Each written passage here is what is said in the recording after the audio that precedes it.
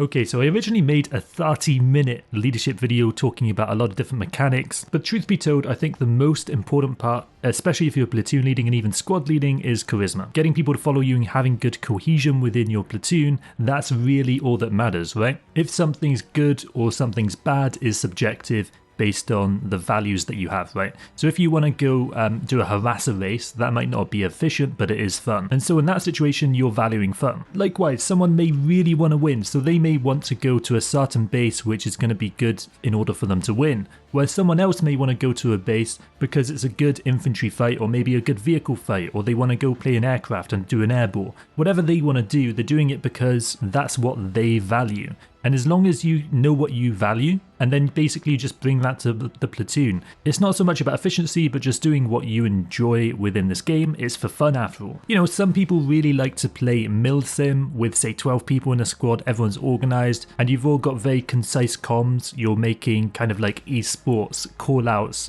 based on what room you're in, where people are pushing from. But other people like ourselves might have 25 people in one voice channel and we're just talking about utter rubbish, nothing to do with the game.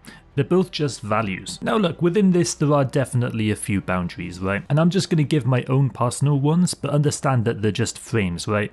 They're ideas that I have personally about how I enjoy the game, but other people may disagree with me and that's fine. Now look, for me personally, I never get mad at my platoon, I never get mad at other squad members. If something doesn't go well, you can often hear in someone's tone that it's not going well, and that, you know, if their Colossus gets killed, you don't need to go on a 5-minute rant about your Colossus getting killed. People will be able to hear in your tone that you're mad about it, and you can just move on to the next base and keep enjoying the game. Likewise, if people aren't following you, some people get into a negative headspace, they start kicking people even if they're not following.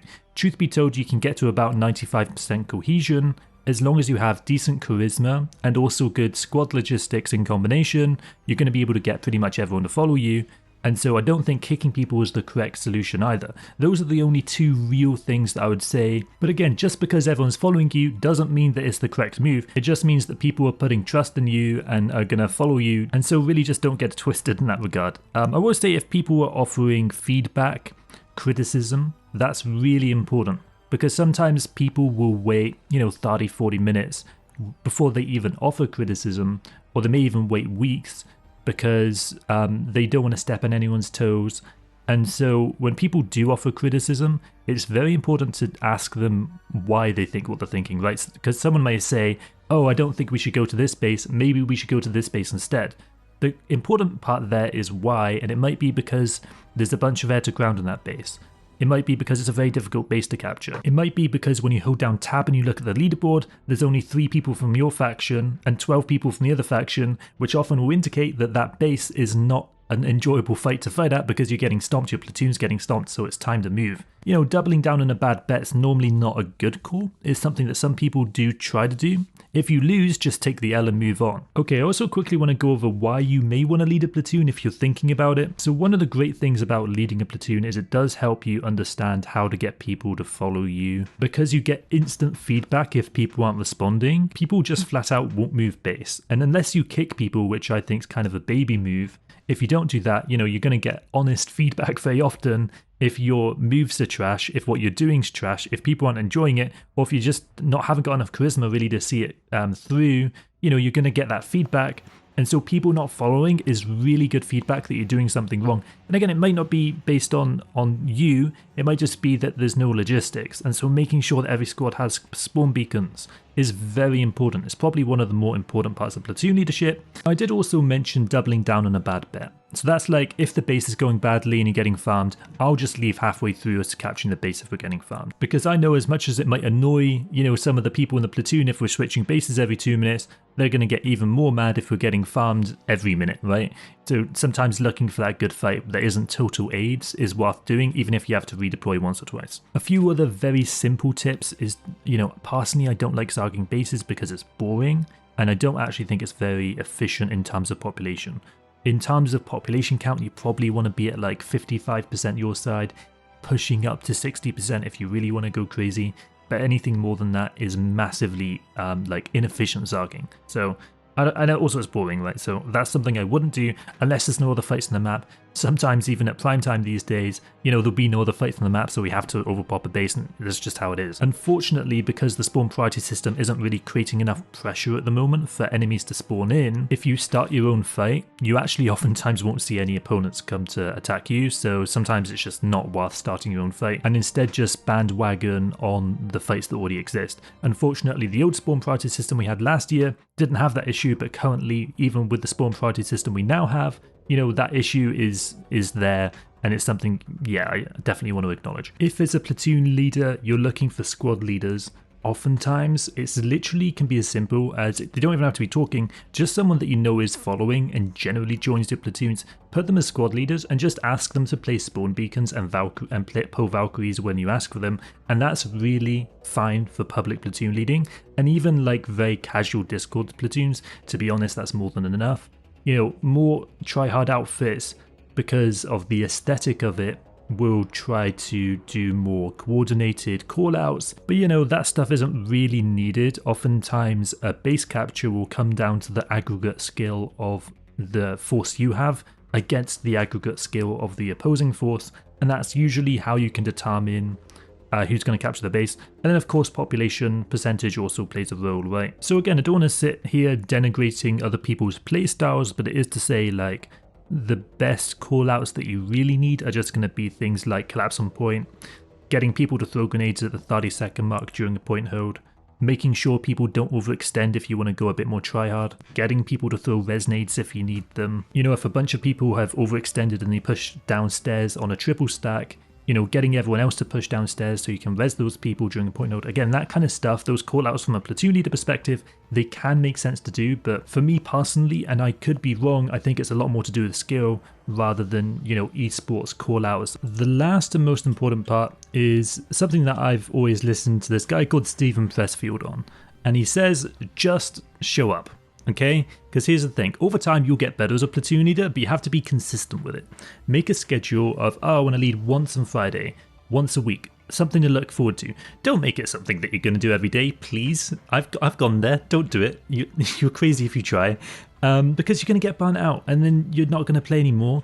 So, you know, what's the point to begin with if you're just going to quit after 6 months and then the community that you built is going to die? So be consistent and don't burn out. It's actually pretty funny when you've been platoon leading for, you know, 3 years now. I can think on one hand the amount of Vanu Cobalt leaders still around. It's DJ from Trid, it's What the San in 1vs4 now, you got Dr. Extrabyte in PSET and all those guys, and then you've got Jimsy with Lane Badus or however he says his name. But literally that's like 5 platoon leaders that I would consider still active after 3 years. All of the rest of them have burnt out. So again, just be consistent, show up and have a fun time. All of the people that are super tryhard and want to win, they'll all burn out, and as Sun Tzu said, if you sit by a river long enough, you will watch the dead bodies of your enemies float by. And look, I know that might be a bit cynical, but honestly, if you just outlast everyone else, just by playing long enough, honestly, you'll become a good platoon leader anyway, so there's no rush, you know, there's no one that's going to be mad at you if you do bad, or be amazingly proud if you do well. You know, this is something that you should do for yourself. Nobody's going to care if you do well or bad. It's something that you do for yourself. Or again, if you want to build a community, that's partly why I platoon lead. But again, just make sure you've got that vision, something that you're working towards. If you're kind of running around rudderless, eventually you're going to run out of steam, right? So again, just make sure you got something that you're doing it for. Stay consistent. Keep reminding yourself why you're doing it, because it won't always be super easy to do. You know, it is a bit energy draining. And again, don't feel like you got to lead for like 3 hours straight, an hour and a half, and I'm done. And I do that once a week. And then I get the other 7 platoon leaders to lead the rest of the time, right?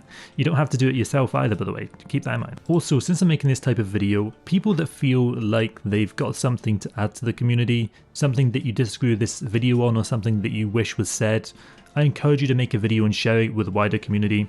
I think oftentimes people feel like they shouldn't want to help their enemy, or like what's in it for them. But if everyone thought like that, then no one would be able to learn, nobody would be able to grow, you know, nobody would be able to figure things out. If these leadership guides that I learnt off weren't around, I never would have learnt to begin with either, and I wouldn't have grown. And that's kind of the same reason why I'm making this, passing on the information that I learnt and the parts that I found the most valuable. Again, I made a more 30-minute, more mechanical version of this that I'm not going to upload, because it was a lot of hot takes, and a lot, but really none of it really matters. Just have a fun time platoon leading, really doing whatever you enjoy. Again, remember, it's all a frame and everyone thinks they're right, so don't try to convince other people, and just have a fun time with it and you're done. One last thing here, you shouldn't feel an obligation to lead. You're doing people a favor. You're putting in effort, you're putting in time, you're putting in energy that other people may not want to. Even if you're in a large outfit, it doesn't matter. Nobody's going to judge you if you're leading every day or you only lead during ops like we do. It genuinely doesn't matter. The spawn system does quite a good job of distributing pop across the map. Be realistic, be consistent, enjoy the game the way you want to enjoy it. Okay, so it's now been a month or two since I've recorded this video. I've re-listened to it. There's two additional things that I want to add in. The first is, if you're too forceful with people and you're too forceful and too serious, one thing that I've learned, especially over the last year, that I wish I learned much earlier, and I kind of always knew about but I couldn't control very well, is that people will rub off on you very easily. If you want to test this, just in your platoon,